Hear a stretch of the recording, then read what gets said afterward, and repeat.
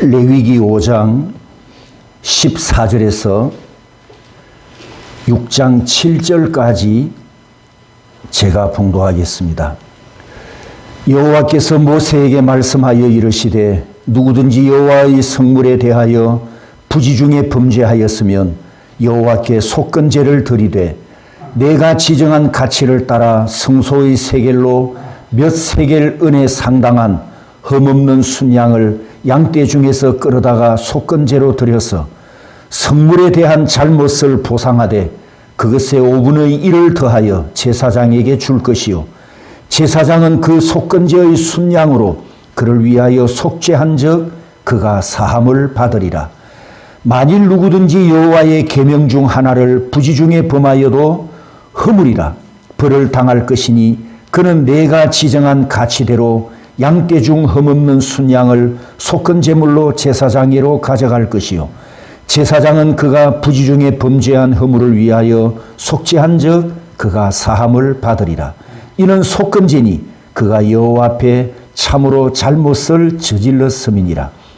여호와께서 모세에게 말씀하여 이르시되 누구든지 여호와께 신실하지 못하여 범죄하되 곧 이웃이 맡긴 물건이나 전당물을 속이거나 도둑질하거나 착취하고도 사실을 부인하거나 남의 이런 물건을 줍고도 사실을 부인하여 거짓 맹세하는 등 사람이 이 모든 일 중의 하나라도 행하여 범죄하면 이는 죄를 범하였고 죄가 있는 자니 그 훔친 것이나 착취한 것이나 맡은 것이나 이런 물건을 주운 것이나 그 거짓 맹세한 모든 물건을 돌려보내되 곧 그 본래 물건의 5분의 1을 더하여 돌려보낼 것이니 그 죄가 드러나는 날에 그 임자에게 줄 것이요 그는 또 그 속건 제물을 여호와께 가져갈지니 곧 내가 지정한 가치대로 양떼 중 흠없는 순양을 속건 제물을 위하여 제사장에게로 끌고 갈 것이요 제사장은 여호와 앞에서 그를 위하여 속죄한 적 그는 무슨 허물이든지 사함을 받으리라. 아멘. 그동안 레위기에 대한 말씀을 우리가 전체적으로 개론적으로 말씀을 드렸다면 오늘 이제 14번째 시간인데 이제 조금 더 심도 있는 내용으로 이제 들어가야 안 되겠습니까? 그래서 오늘부터 시작되는 몇 시간이 될지 모르겠지만 이 레위기의 말씀의 진국을 여러분이 맛보게 될 것인데요. 숙제를 먼저 하나 내드리겠습니다. 오늘 설교와 연결되는 다음 주 설교를 위해서 여러분이 해오실 숙제는 사무엘하 11장에서 13장까지 또 15장에서 18장까지 꼭 미리 읽어보시기 바랍니다. 어려운 내용이 아닙니다. 이야기식으로 기록이 되어 있기 때문에 사건 중심으로 기록되어 있어서 마치 드라마를 읽는다 이래 생각하고 읽으시면 아주 재미있게 읽을 수가 있습니다. 다음 시간까지 꼭 숙제해 오시기 바랍니다. 지난 시간에 예배자의 자세와 태도에 대해 말씀을 드렸었습니다.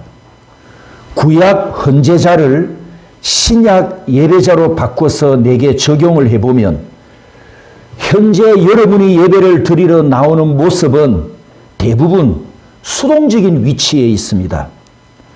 설교자와 예배 봉사자가 예배를 위해서 준비를 잘 해야 하고 예배의 성패는 인도자들에게 있고 자리에 앉은 예배자에게는 없다. 이렇게 생각할 수 있습니다. 여러분이 예배를 드리고 나서 만약에 은혜를 받지 못했다면 그 원인이 어디에 있죠? 누구에게 있죠? 예? 여러분에게 있다고요? 저한테 있는 게 아니고 설교자에게 원인이 있지. 그래서 여러분이 은혜를 못 받은 거 아닙니까?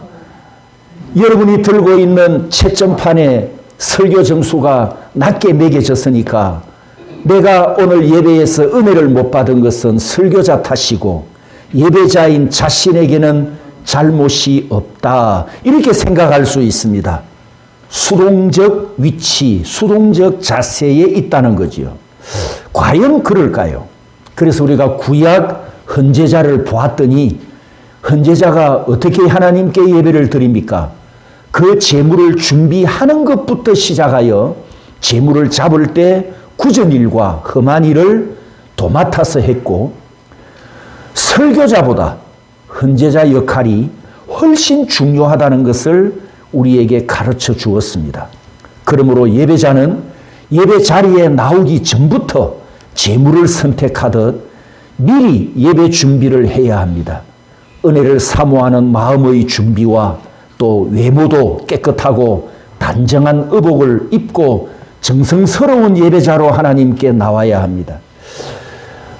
전도를 받고 처음 예수 믿는 분들의 간정 속에 이런 이야기를 자주 하는 걸 제가 들었습니다.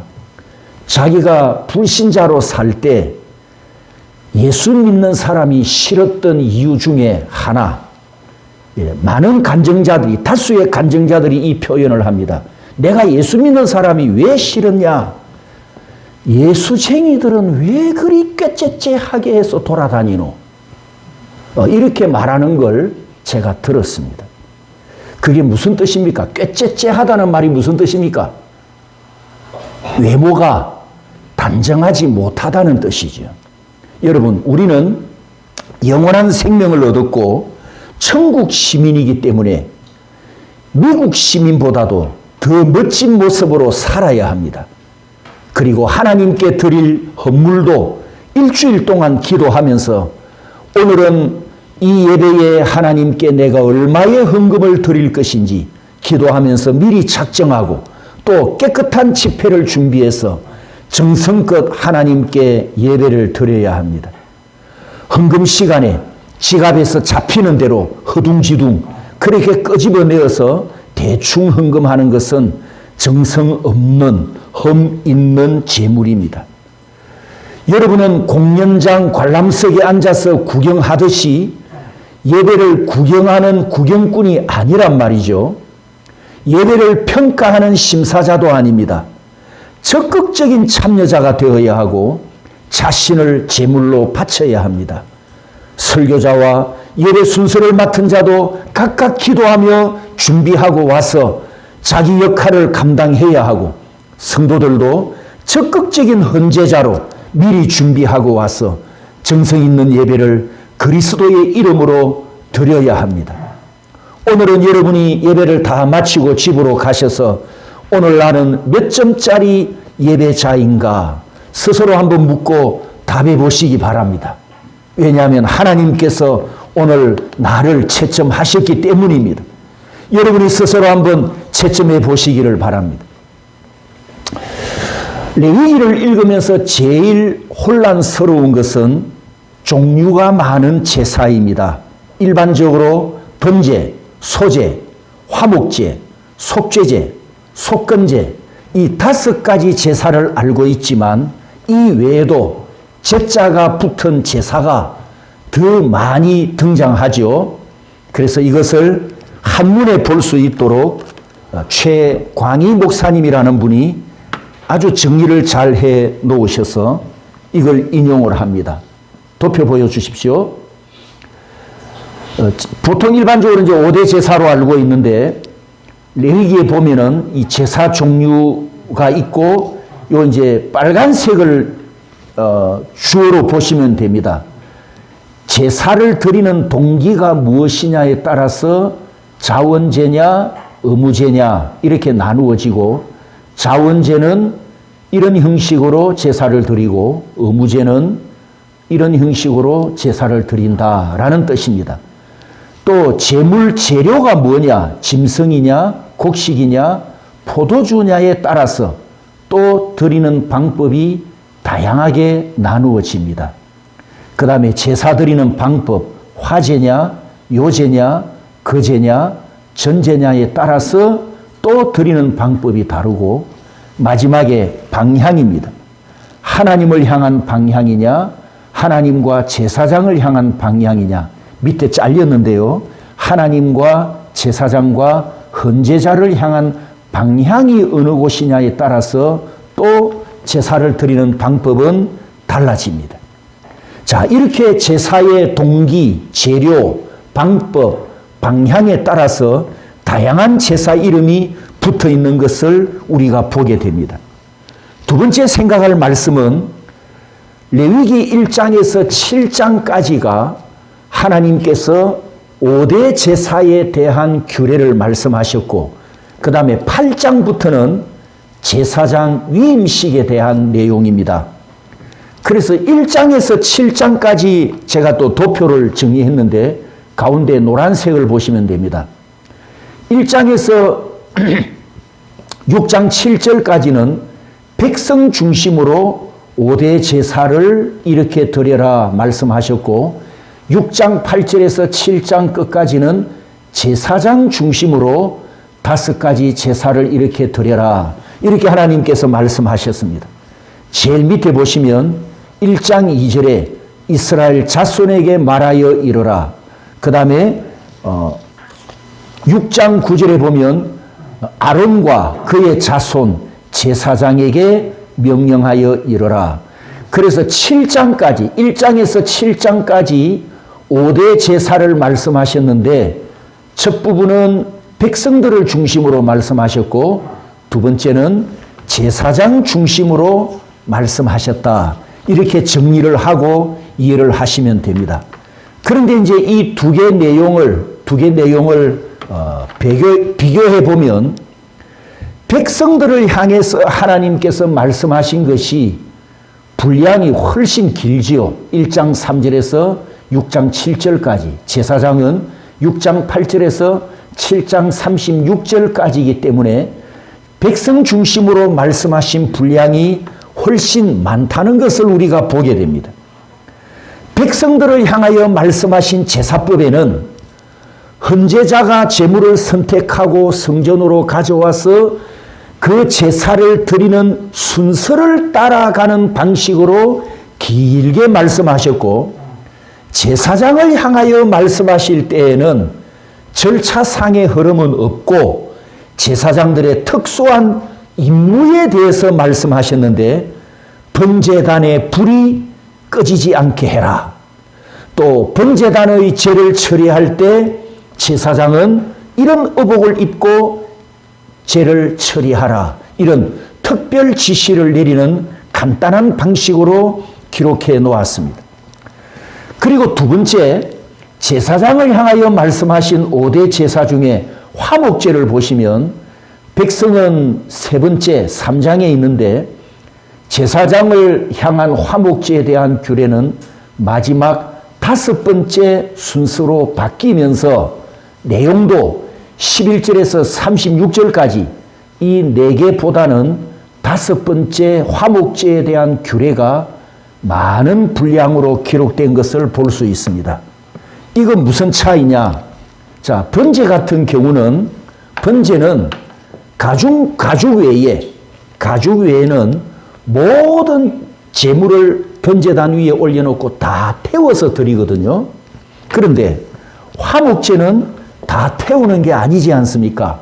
화목 제물 중에서 제사장에게 돌려줘야 할 몫이 있고 헌제자에게 돌려줘야 할 몫이 있습니다. 그러면 이 제사장과 헌제자에게 그 살코기를 분리해서 나눠줄 때 이 제물을 관리하는 제사장 입장에서 이 제물을 어떻게 처리해야 되겠습니까? 번제물보다 훨씬 신경이 많이 쓰인다는 거죠. 무엇 때문에? 두 가지 먹지 말라. 뭐였죠? 생명인 피는 먹지 마라. 또 지난 시간에 배운 거. 두 번째, 지방을 먹지 마라. 기름을 먹지 마라. 이것은 하나님의 것이기 때문에 못 먹게 했습니다. 그러면 이 화목제를 관리하는 제사장 입장에서는 헌제자 몫과 제사장 몫으로 떼줄 때 혹시라도 그 살코기 속에 피가 섞여 있을라나, 지방이 붙어 있을라나, 그걸 세밀하게 관찰하고 살펴서 다 제거해야 되지 않습니까? 하나님께서 피를 먹지 말아라, 지방도 먹지 말아라, 이렇게 금지하셨기 때문입니다.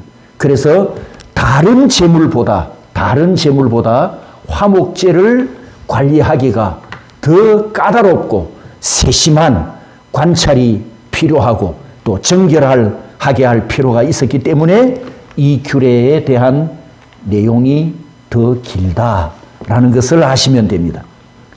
그 다음에 세 번째 5대 제사를 분류를 하면 박철현 교수라는 분이 이 5대 제사를 일반 제사와 특수 제사로 분류하면서 그 근거를 이렇게 설명합니다.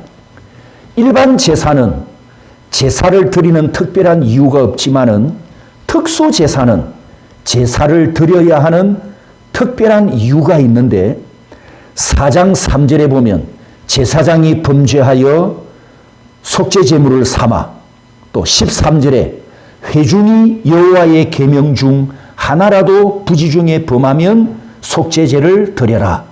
또 22절에 족장이 그의 하나님 여호와의 계명 중 하나라도 부지 중에 범하였으면 속죄제를 드려라. 27절에 평민의 한 사람이 여호와의 계명 중 하나라도 부지 중에 범하였으면 속죄 제물의 머리에 안수해라. 15절에 5장 15절로 넘어갑니다. 누구든지 여호와의 성물에 대하여 부지 중에 범죄하였으면 속건제를 드려라. 17절에 누구든지 여호와의 계명 중 하나를 부지 중에 범하여도 18절 끝에 속건 제물로 제사장에게로 가져갈 것이요. 자, 일반 제사로 분류된 번제와 소제와 화목제에는 이는 화제라 여호와께 향기로운 냄새니라 이 후렴구가 붙어 있습니다. 이 세 개의 제사를 드려야 하는 특별한 이유가 없이 따라서 합니다. 드리려거든 이 뜻은 네가 하나님께 감사하는 마음으로 제물을 바칠 마음이 있거든. 그래서 이 번제, 소제, 화목제는 헌제자가 자원함으로 감사함으로 기뻐서 언제든지 드릴 수 있는 일반 제사였습니다. 그 다음에 나머지 두 개, 속죄제와 속건제를 왜 특별 제사라고 하느냐, 특수 제사라고 하느냐. 이것은 4장 31절에 이는 화제라 여호와께 향기로운 냄새니라 이 한 번을 제외하고 이 후렴구가 없고, 그리고 특징이 뭐냐, 속죄제와 속건제에는 제사를 드려야 하는 이유, 따라서 합니다. 이유. 이 이유가 항상 언급됩니다. 조금 전에 제가 여러 구절을 읽었죠. 그 이유가 무엇이었습니까? 한 가지 이유가 있었지요. 여러 구절 속에 무엇이었습니까? 만일 누가 범죄하였거든, 이렇게 말씀합니다. 누가 죄를 지었거든, 누가 계명을 범하였거든, 누가 부지 중에 하나님 앞에 죄를 범하였다면 속죄제를 드려라, 속건제를 드려라. 그래서 이 속죄제와 속건제 특수 제사는 일반 제사와 달리 자기 죄를 용서받기 위해서 반드시 드려야 하는, 따라서 합니다. 의무제사였단 말이죠. 번제, 소제, 화목제는 드리려거든 내 마음이 기쁘고 충만해서 하나님의 은혜가 감사할 때 나 하나님 너무너무 감사하니까 찬양하고 싶습니다 라고 하는 것처럼 그렇게 감사함으로 드리는 자원제사였고, 속죄제와 속건제는 죄를 짓고 나서 죄가 있을 때 부정해졌다면 하나님께 용서받기 위해서 드려야 하는 의무제사였다. 이렇게 두 제사를 나눌 수가 있습니다. 네 번째, 5대 제사의 관계와 역할을 살펴보겠습니다. 제사가 왜 5개였을까? 그리고 이제 여러분에게 묻습니다. 이 5개의 제사 중에 속죄 기능이 있는 것은 어느 제사일까요? 속죄 기능. 조금 전에 이 속죄제와 속건제, 이 속자가 들어가고 죄자가 들어가지 않습니까? 그래서 이렇게 대답을 할 수가 있는데 제가 그림을 이렇게 다 가운데 것과 연결시켜놔죠. 다 붙어 있습니다. 중심에 있는 5대 제사와 5개의 제사가 붙어 있고 이 제사와 저 제사도 다 연결되어 있는 것은 각각 떨어진 별도의 제사가 아니라 유기적인 관계를 갖고 있고 5대 제사 중심에 속죄가 있다.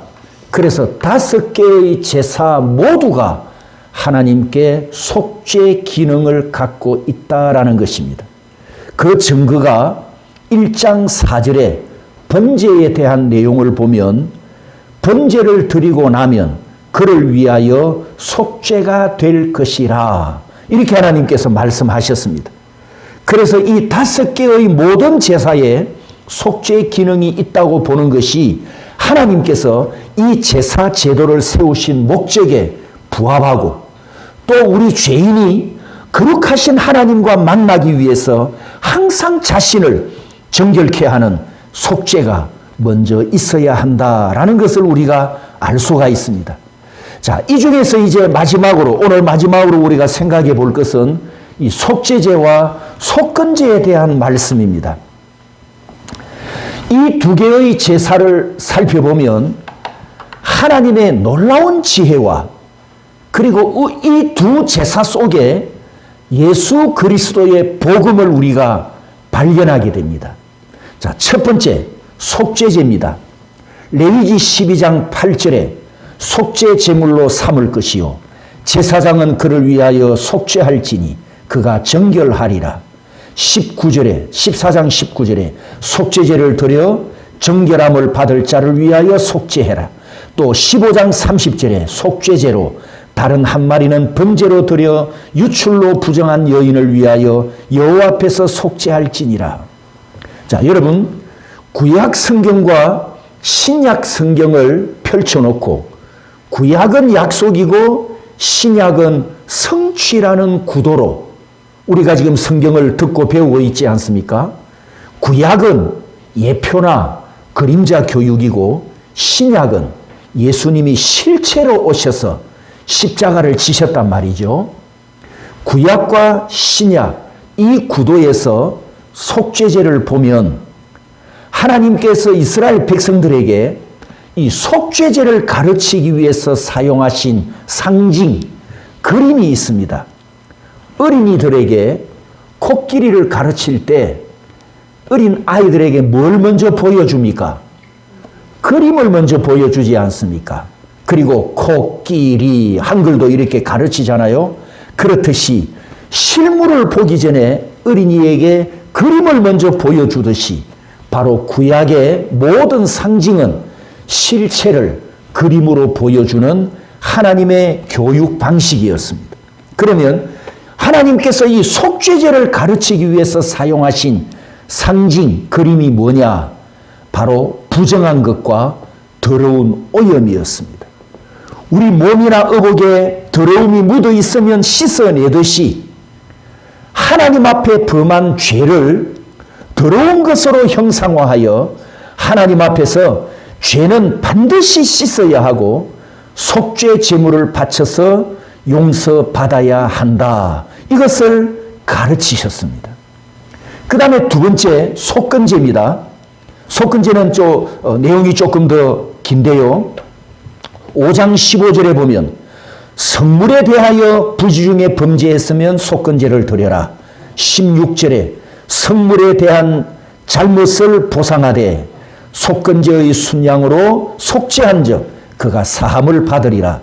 6장 2절에 물건이나 전당물을 속이거나 도둑질하거나 착취하고도 사실을 부인하거나 남의 이런 물건을 줍고도 사실을 부인하고 거짓 맹세했거나 6장 4절에 훔친 것이나 착취한 것이나 맡은 것이나 이런 물건을 주운 것이나 5절 거짓 맹세한 모든 물건을 돌려보내되 그 본래 물건의 5분의 1을 더하여 돌려보낼 것이고 6절에 속건 제물을 여호와께 가져갈지니 속죄한 적 그는 무슨 허물이든지 사함을 받으리라. 자, 속건제를 하나님이 가르치기 위해서 사용하신 상징 무엇이었습니까? 방금 읽은 말씀에 뭘로 보여집니까? 갚으라고 했으니까 뭡니까? 뭘 갚아야 되죠? 빚이란 말이죠. 빚.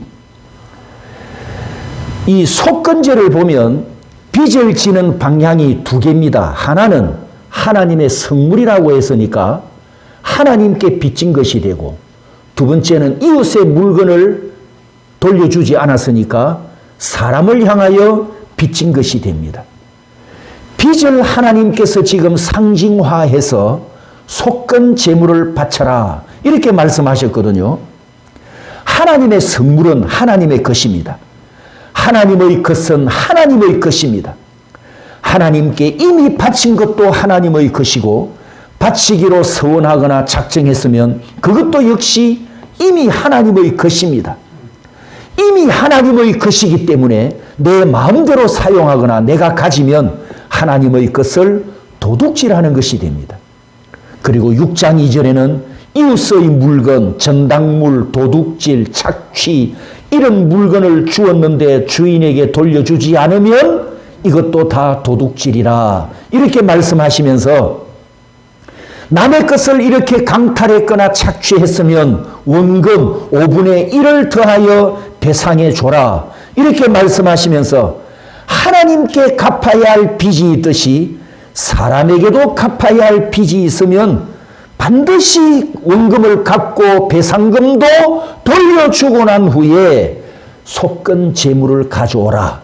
그리하면 내가 용서해 주리라. 이렇게 하나님께서 말씀하셨습니다. 성도 여러분, 우리가 이 세상을 살아가면서도 인간관계끼리도 빚이 있으면 그냥 넘어갈 수 없지 않습니까? 빚은 반드시 갚아야 하는 것이고 반드시 청산할 의무가 있습니다. 이와 같이 사람이 하나님께 범죄하면 그 죄는 빚과 같아서 반드시 죄값을 치러야 하고 죄값을 청산해야 하는데, 속건 제물을 바치면서 빚에서 자유하는 은혜의 길을 열어주셨다는 말씀입니다. 속죄제는 부정에 졌거나 도덕적인 죄를 범하였을 때 거룩하신 하나님 앞에서 반드시 정결함을 받고 사함을 받아야 하는 제사이고, 속건제는 사람에게 금전적인 피해를 입힌 것과 하나님께 빚진 것을 반드시 갚아야 하는 제사라는 것을 깨닫는다면 예수님이 오셔서 왜 십자가를 지셔야 했는가, 이것을 우리가 알게 됩니다.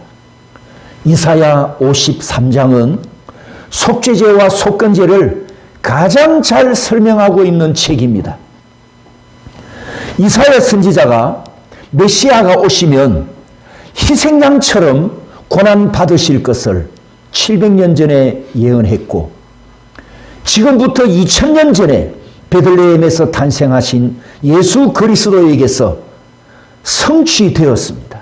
그런데 2000년 전에 십자가를 지신 예수님에게서 이사야의 예언이 성취된 그 사실과 그 증거가 너무나 확실한데도 2000년이 지난 지금까지 유대인들은 이사야 53장을 금지장으로 정해놓고 혐오하면서 읽지 않습니다. 52장에서 54장으로 뛰어넘어가 버립니다. 왜냐하면 이사야 53장에 예언된 메시아의 모습과 십자가에 못 박아 죽였던 그 예수님의 모습이 너무너무 똑같기 때문입니다.